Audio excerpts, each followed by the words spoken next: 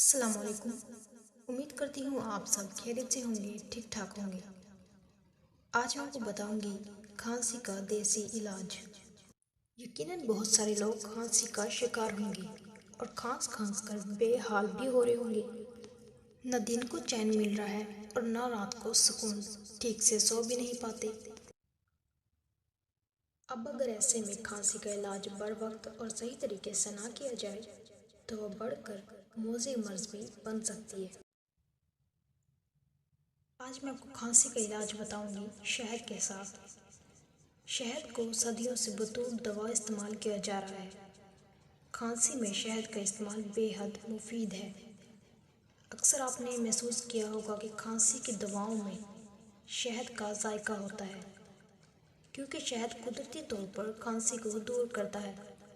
آج میں آپ کو ایک چھوٹا سا نسخہ بتاؤں گی جس پر آپ عمل کر کے انشاءاللہ عز و جل کھانسی پر قابو پا سکتے ہیں۔